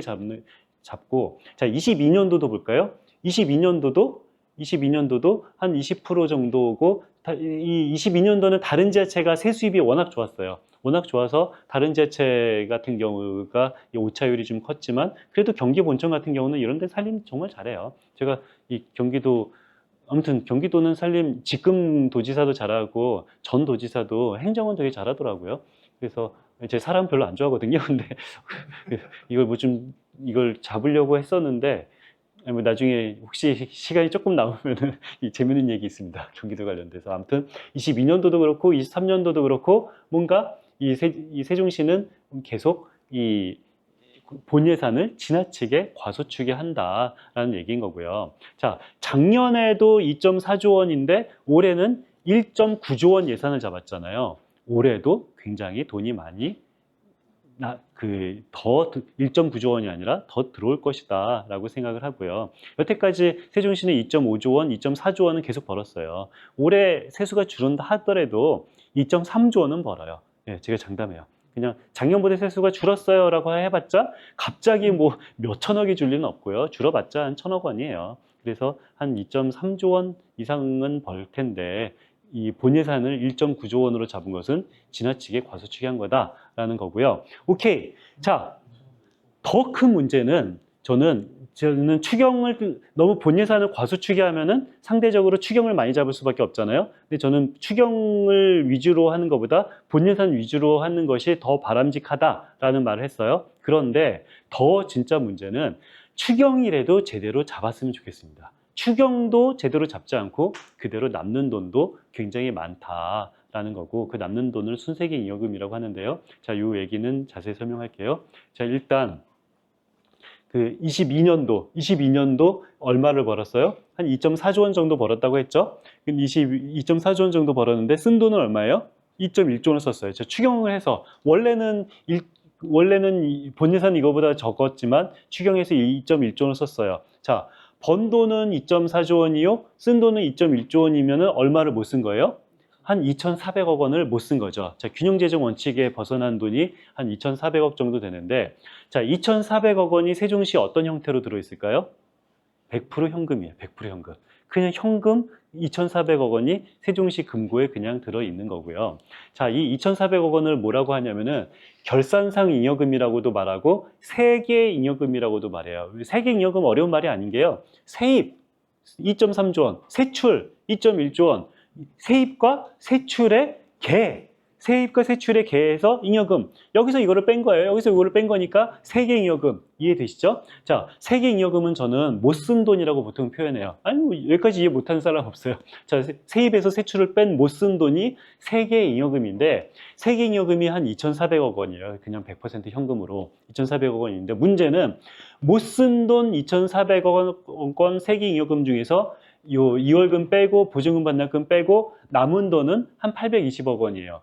아니 내가 못 쓴 돈 2,400억까지는 다 이해했어요. 그런데 여기서 차 빼고 포 떼고 남은 돈 820억 원은 뭐지? 요거는 좀 헷갈려요. 자, 요거는 좀 설명드릴게요. 자, 못 쓴 돈 2,400억 원은 이해 못한 사람 없으니까 아무튼 요거가 예를 들어서 원래 세종시 의회에서 이거를 100개를 1억 원 주고 사라고 했어요. 그럼 어떻게 해야 돼요?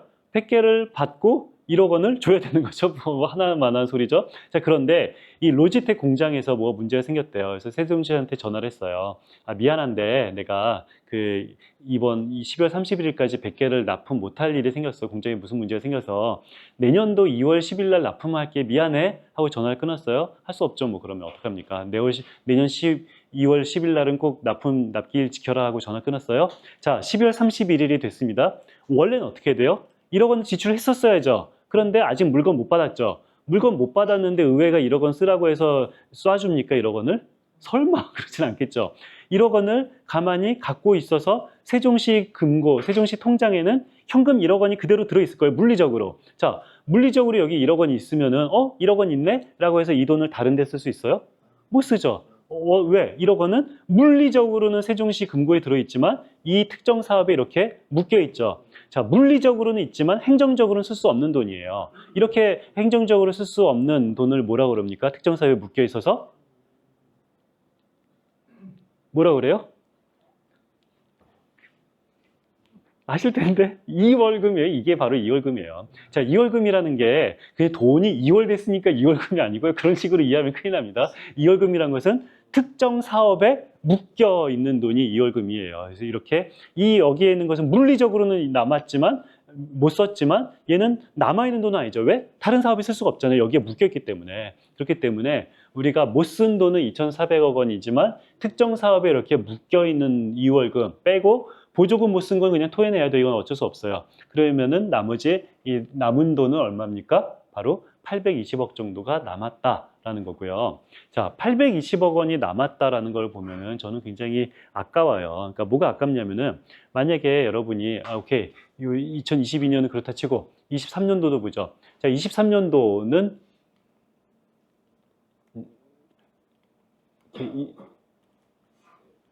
23년도. 자, 23년도를 보면은 그 예산은 2조 원이었어요. 본 예산은 2조 원이었는데 실제로 번 돈은 얼마를 벌었어요? 2.4조 원을 벌었죠. 그런데 쓴 돈은 얼마예요? 2.2조 원도 못 썼죠. 자, 그러면 얼마를 못 쓴 겁니까? 간단한 산수죠? 2.4에서 2.2 정도를 빼면은 한 2,500억 정도를 못 쓴 거죠. 자, 2,500억 정도 못 쓴 돈을 얘를 세개 잉여금이라고 해요. 세개 잉여금이라고 그래요. 세입과 세출의 잉여금. 자, 못 쓴 돈 세 개 잉여금 중에서 2월금 빼고 보조금 반납금 빼고 순세개 잉여금이 얼마 남은 거예요? 순세개 잉여금이 780억 원이 남은 거예요. 자, 저는 이 780억 원 남았다라는 것이 굉장히 안타까운 게 만약에 작년에 여러분이 한 10억 원짜리 뭐 좋은 사업기획안을 써서 딱 이 예산과에 갖다 줘요. 그럼 예산과는 뭐라 그래요? 와, 사업기획서 끝내주네요. 합시다! 라고 했을까요? 뭐 말도 안 되는 소리라고 그래요. 아, 참 뭐 필요한 사업이긴 한데 안타깝게도 우리가 돈이 없어서 못하겠네요 라고 했을 거예요. 당연히 여러분 사업기획안이 채택될 리가 없어요. 자, 그런데 만약에 10억짜리 사업을 했으면 어떤 일이 벌어져요? 작년에 780억 원이 남을 거가 770억 원이 남는 거 말고 세종시에 아무런 문제가 생기지 않아요. 아무런 문제 생기지 않아요. 자, 여러분이 작년에 혹시 100억짜리 사업기획안을 써서 제출하면 어떤 일이 벌어질 것 같아요? 좋은데 안타깝네요 라는 말도 못 들어요. 100억짜리 사업기획안을 쓰면은 장난합니까? 라고 그럴 거예요. 그냥 아예 보지도 않아요. 그냥 표지도 안 보고 지금 이 사람이 장난하나 라고 할 거예요. 예산과에서는. 자, 그런데 만약에 100억짜리 사업계획안을 시행했으면 어떤 일이 벌어져요? 780억 남을 거가 680억 남는 거 말고는 아무 일이 벌어지지 않아요. 아무 일이 벌어지지 않는 게 바로 이 순세계 잉여금이다 라는 의미인 거고요. 물론 돈은 좀 남을 수밖에 없어요. 돈은 좀 남을 수밖에 없는데 근데 너무 많이 남는 게 문제이긴 하죠. 뭐 그렇게 세종시 같은 경우는 전체 대비 세출 대비 한 2.4조 원 중에서 780억 남는 것은 한 3.6% 정도 남는 거거든요. 자, 저는 한 1, 2% 정도 남는 거는 충분히 저는 말 된다고 봐요. 아니, 살림하다 보면은 당연히 어떻게 다 씁니까? 2%대 정도 남는 거는 저는 충분히 가능하다라고 보는데 3% 남는 거는 너무 좀 아깝고 3% 후반 정도 남는 것은 좀 더 아깝다라는 생각이 들고요. 특히 예를 들어서 세종시 같은 경우는 남는 돈도 많지만 2월금이 조금 지나치게 많아요. 2월금이 1,600억이나 되잖아요. 근데 아까 제가 2월금 설명 들은 거 보면은 세종시 잘못은 아니잖아요. 여기서 로지텍에서 공장에서 문제가 생겨서 세종시한테 못할 거 미안해 라고 말한 거가 제가 책에서 배운 2월금의 정의거든요. 근데 실제로 현실을 보면은 아니, 세종시가 무슨 저주가 붙어서 세종시랑 계약만 하면 갑자기 공장에서 불이 나는 것도 아니고 그러지 않고서는 2월금이 이렇게 많을 수는 없거든요. 2월금이 지나치게 많아요. 2월금이 1,600억 원이나 된다는 얘기는 뭔 소리냐면은 실질적으로는 그냥 아마 다 쓰지 못할 돈, 그러니까 불용이 될 돈을 뭔가 2월금처럼 꾸미는 거가 아닐까라는 그런 생각을 가질 수밖에 없어요. 세종시가 무슨 저주가 붙은 것도 아니고 2월금이 너무 많아요. 그래서 불용이 너무 커져서 불용이 되면은 순색잉여금으로 남겠죠, 당연히. 너무 불용이 많아서 순색잉여금이 나오면은 서로 민망하잖아요. 우리 다 같이 민망하잖아요. 그래서 순색잉여금을 줄일 수 있는 방법이 이 불용을 시키지 않고 2월을 시키는 거가 이게 조금 더 그런 방법이 아닐까라는 생각이 들고요. 그렇습니다. 그래서 요거는 그냥 한번 보시면 되고요. 자, 그런데 그렇다면은 이 순색잉여금이 여기서 제가 이런 얘기를 하면은 예산과에서는 이렇게 말을 하죠. 아까 2023년도에 얼마가 남았다고 그랬죠? 780억. 자, 780억이 남았다라고 제가 뭐라고 하면은 이런 말을 하죠. 근데 저는 요 말을 할 때마다 조금 답답한 게 이게 좀 재정 감수성이라고 저는 제가 만든 말인데 재정 감수성이 있으면은 조금 더 이게 780억 원이 남은 거에 대해서 더 분노를 해야 될 일인 거거든요. 그러니까 이게 우리가 육개장집에 갔어요. 육개장집에 갔는데 이게 10,000원이래요. 요즘 육개장 10,000원 하면 싼 거죠, 차라리. 그래서 10,000원 괜찮네? 라고 해서 육개장을 기다리고 있는데 주인이 갑자기 육개장 사발면에다가 뜨거운 물을 말아서 나한테 딱 갖다 줘요. 황당하죠? 10,000원이면 가격 괜찮은 줄 알았는데 사발면은 너무하죠? 그래서 깜짝 놀라서 물어보죠. 설마 이게 10,000원짜리 육개장이냐? 라고 물어봤더니 주인이 해맑게 웃으면서 맞아요, 손님. 여기 육개장이라고 써져 있잖아요. 그러면 어떻게 하실 거예요? 아, 그렇네요. 하고 먹어요. 젓가락을 내팽개치고 그냥 나갈 거예요. 화가 날 거예요. 자, 왜 화가 나요? 우리 분명히 10,000원 내려고 했었잖아요. 왜? 1번 식당 주인이 불쌍해서, 2번 10,000원 정도의 서비스를 받고 싶어서. 당연히 10,000원 정도의 서비스를 받고 싶어서 10,000원을 내려고 나는 준비하고 있었는데 얼마 서비스를 받은 거예요? 1,000원 서비스를 받은 거죠. 그럼 나는 얼마 손해본 느낌이 나는 거예요? 9,000원 손해본 느낌이 나는 거죠. 자, 마찬가지로 우리가 세종 시민과 우리나라 국민이 세종시에 세금을 2.4조 원을 냈어요. 왜? 세종시 공무원이 불쌍해서? 아니면 이 2.4조 원만큼 행정 서비스를 받고 싶어서? 당연히 행정 서비스를 받고 싶어서 2.4조 원의 세금을 냈는데 실제로 받은 행정 서비스는 얼마예요? 2.1조 원이고 내년도에 받기로 약속한 행정 서비스 1,600억 원 빼고 생으로 못 받은 행정 서비스가 얼마예요? 7,800억 원이에요. 아까 9,000원 손해봤을 때는 막 화내고 젓가락을 내팽개치고 나간다면서요. 자, 재정 감수성이 있으면 9,000원 손해봤을 때보다 우리가 9만 원 손해보면 화를 10배 더 내야 되는 거고요. 90만 원 손해봤으면 화를 100배를 더 내야 되는 겁니다. 자, 그런데 90만 원도 아니고 780억 원 손해를 보고 있죠. 780억 원 손해를 봤는데 와, 맛있네 하면서 사발면을 드시고 계시는 거예요.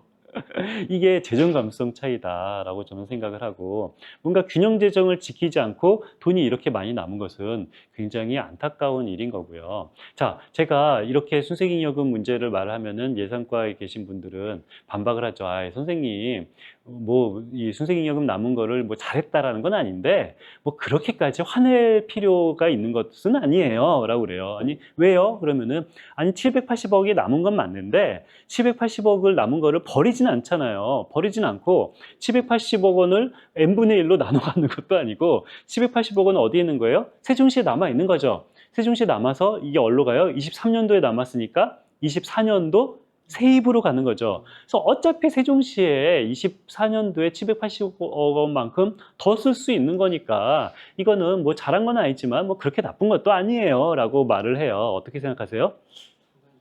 일리 있어요? 자, 그러면은, 우리 그 육개장집에 갔어요. 그래서 딱 항의를 했어요. 아니, 세상에, 10,000원 내 육개장 사발면이 뭐냐라고 항의를 했는데 그 주인이 해맑게 웃으면서 이렇게 말을 합니다.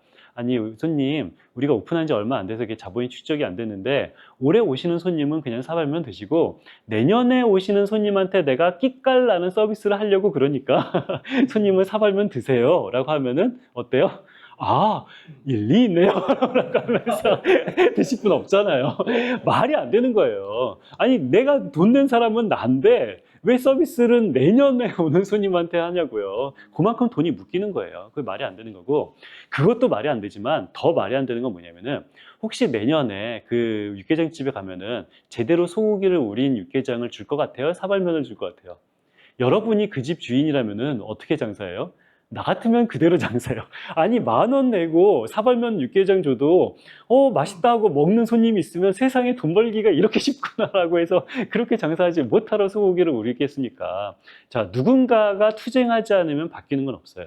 누군가가 젓가락을 내팽개치고 장사 이렇게 하지 마쇼라고 해야지, 아, 10,000원짜리 육개장엔 소고기를 우려야겠구나라고 생각을 하지, 그걸 먹으면은 당연히 장사가 그렇게 안 바꿔요. 자, 세종시도 마찬가지예요.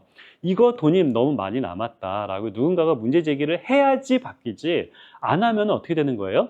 계속 이게 유지가 되는 겁니다. 계속 유지가 되는 거고, 그래서 돈이 780억 원이 내년도로 넘어가는데, 자, 내년도로 넘어가면은 이게 어떤 일이 벌어지는지 이거는 제가 실제로 겪은 일인데요. 뭐 이게 뭐 세종시에서 이런 일이 벌어진다는 건 아니고, 설마 이 모 지자체는 이런 황당한 일이 벌어지기도 하는데요. 제가 22년도에 그 지선 때 그때 제가 모 지자체 인수위원을 했어요. 인수위원님 뭔지 아시죠? 그 인수위원을 했는데 그때 22년도니까 그때 지선이 있었잖아요. 21년도 그 지자체 남은 돈 순세기금을 보니까 700억 원이 남았더라고요. 자, 21년도에 남은 돈은 700억 원이에요. 그래서 22년도 본 예산을 딱 보니까 그 남은 돈 700억 원 중에서 얼마를 인식했냐면은 400억 원을 인식했어요. 아니, 남은 돈은 700억 원인데 본 예산에 인식한 돈은 400억 원이에요. 왜 그럴까요? 700억 원 남을지 몰랐으니까.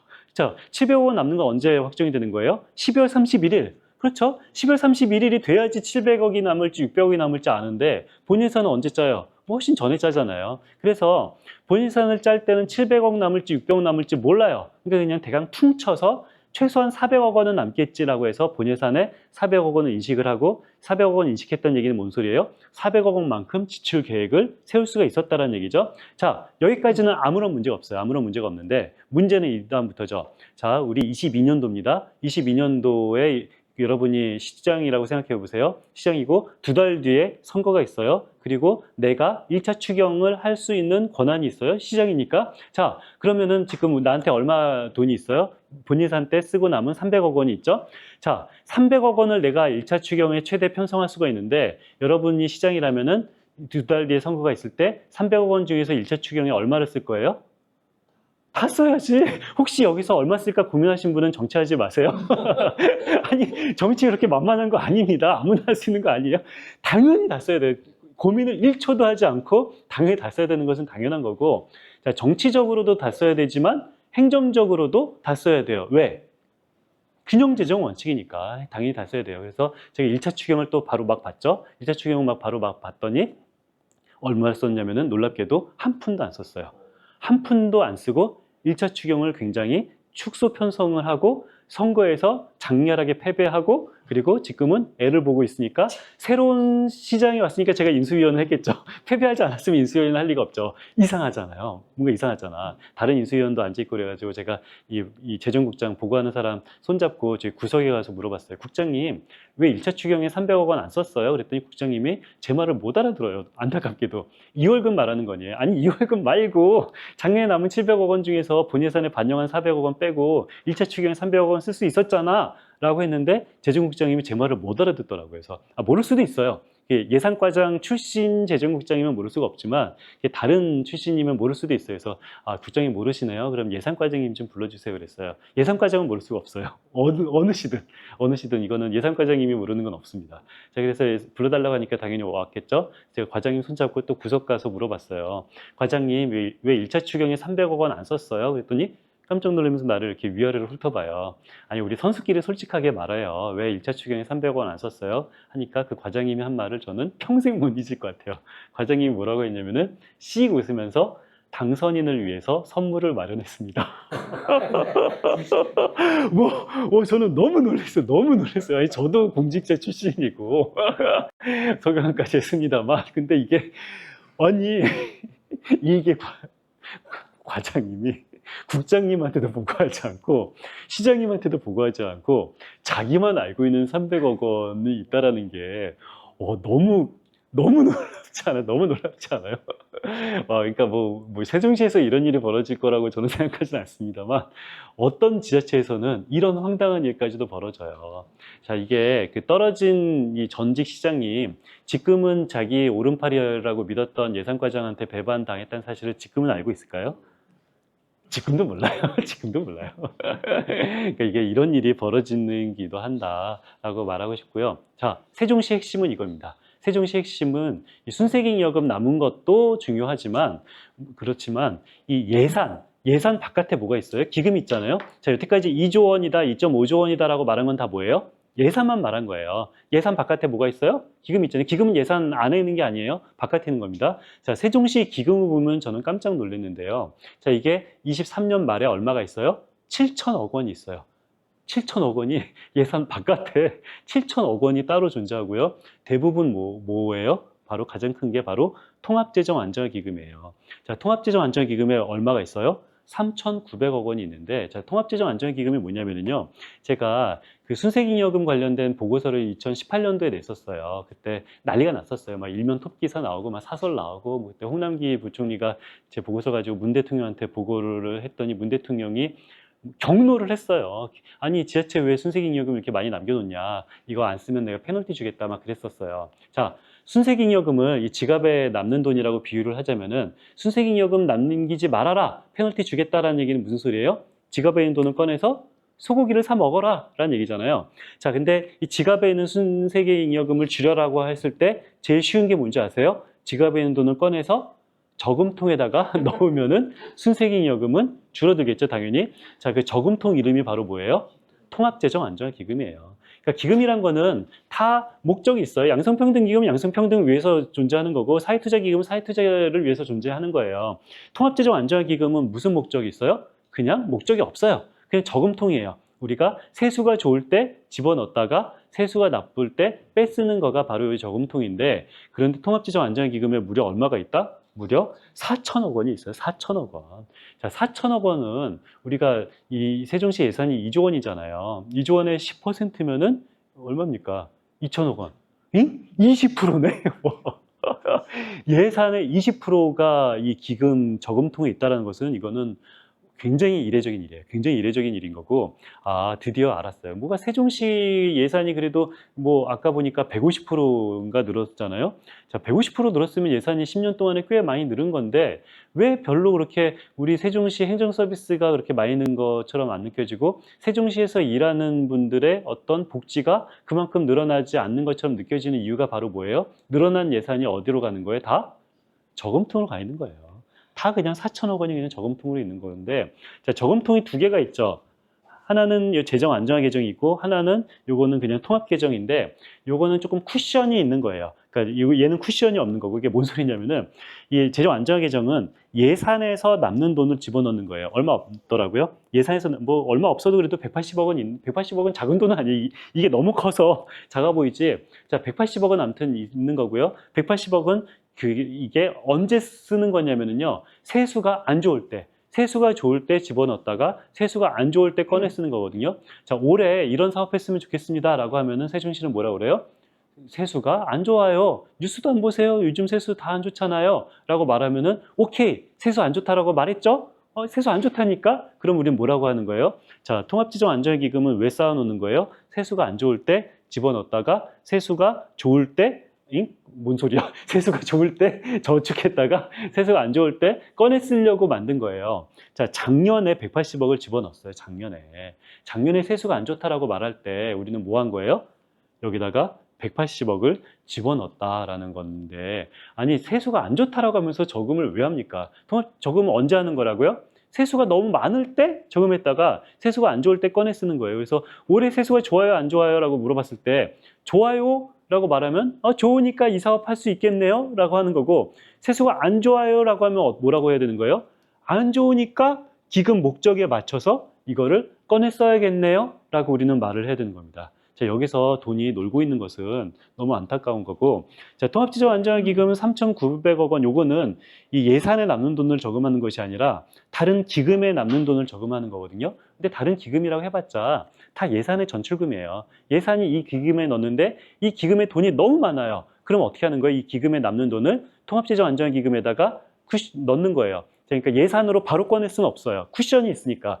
이 통합재정안정기금은 돈이 남는다고 해서 예산한테 바로 줄 수는 없고, 이 돈은 누구 거예요? 이 기금 거죠. 자, 그래서 우리는 조례를 바꾸면 또 꺼내 쓸 수 있죠. 이 기금의 여윳돈을 예산으로 전출을 해도 된다라고 조례만 바꾸면 꺼내 쓸 수가 있는데, 아무튼 제가 말하고 싶은 것은 4천억 원이 현금으로 있다라는 얘기예요. 현금으로. 예, 그냥 중간중간 질문하세요. 예, 예. 그럼 기재부 지방예산과에서 예산 올해 심의할 때 이런 것들을 다 알아요. 그 반영을 많이 할까? 그러면 다 알아서. 그래서 이게 사실 제가 나쁜 놈인데, 그때 18년도 홍남기 부총리가 보고했다고 했잖아요. 바로 보고한 게 기재부가 처음 한 거예요. 그래서 이 지자체 나쁜 놈들 돈 이렇게 쌓아놓고 있었어? 그래가지고 바로 이렇게 대통령한테 꼰질른 거고, 솔직히 작년에 아무런 법적 근거 없이 교부세를 깎았다고 그랬잖아요. 이랬을 때 사람들이 기재부한테, 아니 지방정부는 다 균형재정이 원칙이고 균형재정에 따라서 다 자기 세입 규모에 맞춰서 세출을 편성을 하고 세출을 이미 집행까지 하고 있는데, 갑자기 교부세를 줄이면은 지방정부는 그냥 이미 땅을 팠는데 대금 지급도 못해 라고 말을 했죠. 그때 기재부는 이론은 그런데 지자체 놈들이 다 이렇게 이 돈을 쌓아놓고 있어 라고 기재부는 다 알아요. 그래서 기재부는 다 알기 때문에 그냥 쌓아놓은 돈 기금 활용해. 나도 사실 갑자기 교부세 줄이는 건 말도 안 된다고 생각하는데 다 이유가 있어 라고 말을 하는데, 이거 빨리 다 써야 돼요. 이거 말이 안 되고요. 4천억 원이 놀고 있다는 것은, 이거는 재정 감성이 있는 사람은 정말 화를 내야 되는 건데, 예를 들어서 이런 거예요. 우리나라에서 제일 큰 기업이 어디예요? 삼성전자. 모르는 사람 아무도 없죠. 자, 두 번째 큰 기업이 하이닉스, 세 번째 큰 기업이 지금 모르겠는데 한때 쿠팡이었어요. 시가총액 기준으로. 놀랍죠? 아니 롯데백화점, 현대백화점, 신세계백화점을 다 합친 시가총액을 다 합친 것보다 쿠팡 하나 시가총액이 그들을 다 합친 것보다 2배가 더 컸거든요. 이게 말도 안 되게 쿠팡이 컸죠. 자, 그런데 어떻게 컸냐 보면은 쿠팡은 처음에 무마진 경영을 했어요. 아니 세상에서 거짓말이 그거잖아요. 마진 없이 판다라는 장사꾼인 거짓말하는 거 유명한 거짓말인데, 진짜로 쿠팡은 무마진 이 장사를 했는데 어떻게 했냐면요, 물건을 떼와요. 물건을 이거를 10만 원 주고 떼와요. 이거 언제 입금해요? 설마 바로 입금하지 않잖아요. 보통 어음에서 한 6개월 뒤에 입금하잖아요. 10만 원 주고 떼온 물건을 소비자한테 10,000원에 팔면은 언제 입금이 돼요? 한 달 내에 입금이 돼요. 카드 어쩌고 해서 한 달 이내에 입금이 돼요. 자, 한 달 이내 입금을 받고 이거를 쭉 모았다가 6개월 뒤에 주는 거예요. 무마진 거래도 이게 가능한 거예요. 이게 점점 매출이 커지면은 여기서 들어오는 수입이 항상 일로 나가야 될 것보다 더 커요. 계속 이렇게 뺑뺑이 돌려서 쿠팡이 커지게 됐던 가장 큰 비결이거든요. 자, 이게 무슨 소리냐면요, 돈은 굴리면은 이게 효율이 생기는 거예요. 쿠팡은 6개월 뒤 미래를 살았잖아요. 자, 똑같은 돈이 있다고 하더라도 6개월 뒤 미래를 살면 쿠팡은 큰 기업이 되는 거고, 세종시는 그냥 4천억 원을 쌓아놓고 있어요. 이거는 6개월 뒤 미래를 사는 게 아니라 3년 전, 4년 전 과거를 사는 거거든요. 그냥 올해 돈 번 거를 쌓아놓고, 올해 돈 번 거를 쌓아놓고 한 4년 뒤에 쓸까? 3년 뒤에 쓸까? 와, 이런 비효율이 여기에서 있다라는 거고요. 그래서 너무너무 안타깝고요. 자, 마지막으로 제가 여러분들한테 드리는, 벌써 6시다. 마지막으로 드리는 선물이 이건데요. 이거는 제가 지자체 그 강의를 집행부 강의를 많이 해요. 근데 그때 제가 이걸 보여드릴 때마다 꼭 약속을 받습니다. 절대로 이거 의회로 나가면 여러분들은 다친다. 이거 굉장히 민감한 자료다라고 하는데, 제가 돈이 남는다고 했잖아요. 돈이 어디에 남나라고 봤더니 이게 작년 12월 31일 집행하지 못했던 사업 순서대로 제가 쭉 나열을 한 거예요. 자, 기금에 돈 남는 건 이건 당연한 거죠.